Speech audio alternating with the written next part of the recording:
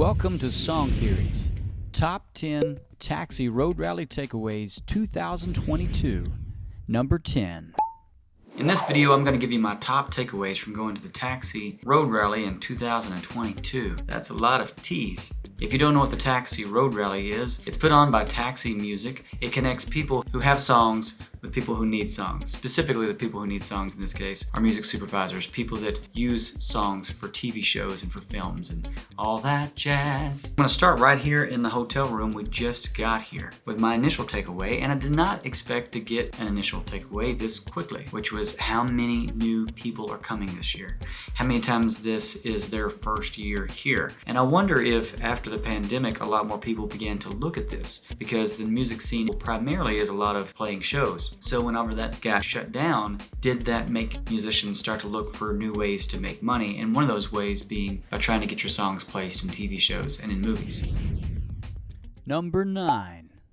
Another takeaway is that the line to register to get your badge and all this, well, it's a long line. And you might think at first that this is a bug, but it's actually a feature, because while you're waiting in line, it forces you to talk to people who are also waiting in line. You obviously have something in common, which is music and songwriting. Another takeaway for you there is don't stress waiting in line, embrace it, and get to know some folks. Number 8.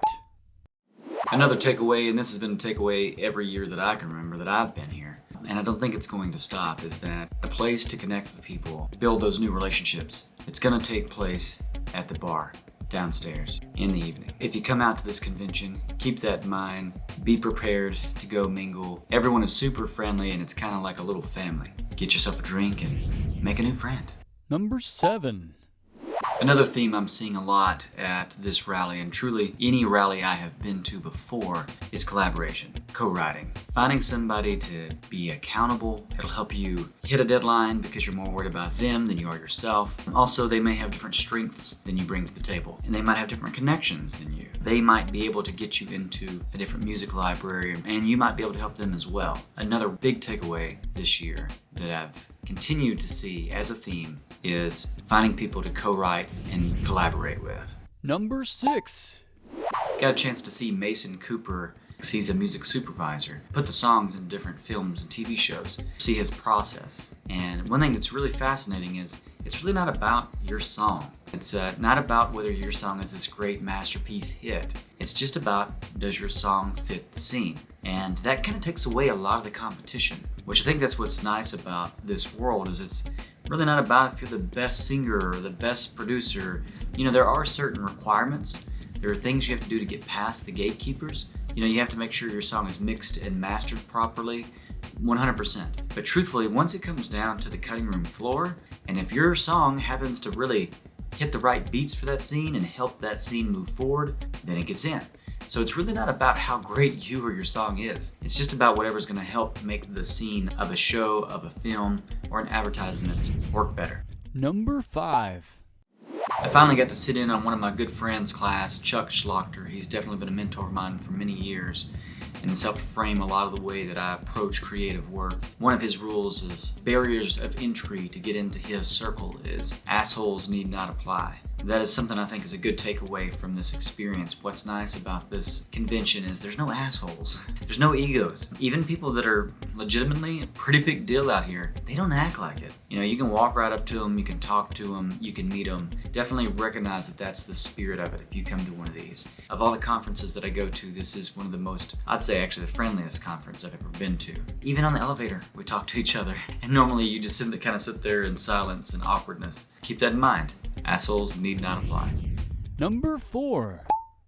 One of the highlights of the rally is always getting to see Robin Frederick break down and analyze hit songs. She makes it look super easy, and everything she says makes perfect sense. The way she said it today was very simply, they put their secrets right there in the songs. You don't have to pay somebody to help you with songwriting, but if you do, I can help. The link's below. The thing that she pointed out this year that I thought was very helpful was melody repetition with variation. Do something again, go away from it, do it again. So basically having two melodies, this could work for a verse or a chorus, I'm going to use this melody for this line, the same melody for this line. I'm going to introduce a new melody on the third line, and then on the fourth one I'm going to go back to the original melody. That's a very simple contemporary melody writing trick that I've heard, and I just haven't taken the time to recognize it. And I've even used it myself unwittingly. Maybe that's something that can help you if you're stuck. A little melody tip from the great Robin. Number 3. Another takeaway, and this is true if you're doing music for TV and film in general, but I do appreciate that it shows up a lot when I come to the rallies, is it's a numbers game. The secret to success is just putting in the work. It's focusing on the process, not the prize. The only thing that you can really control, and Chuck and his class did a great job breaking this down, is to continue to pump out songs. The more songs you have out in the market, out there where people could potentially pitch those songs for projects, it just decreases your ability to get a song into a TV show. Write and produce as many songs as you can. It takes effort, it takes being intentional and organized, but it's definitely doable. Number 2. Another takeaway from this rally, and this is a word that I use a lot in songwriting, was super excited to hear people use it that were on panels. The word vibe.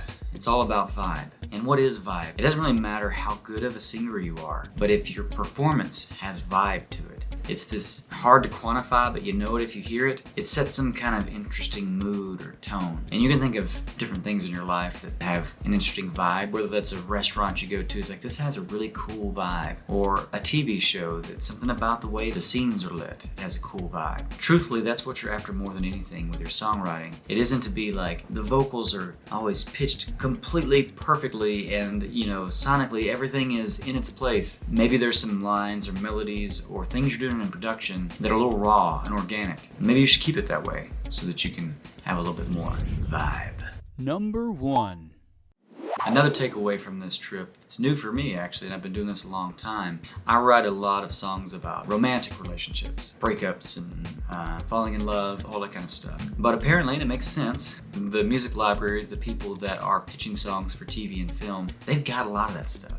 So I've heard from multiple people what they're looking for more these days is, can you give us some non-romantic songs? Songs about friendship, songs about taking a road trip, songs about going home, songs about addiction, life experience. It's very common and what's popular on streaming. It's gonna tend towards romantic love, but in a TV show, you get all kinds of elements. In a movie, you get all kinds of other stories going on. They need more music than just people falling in love and breaking up. Maybe you should think about writing some songs that are about non-romantic love.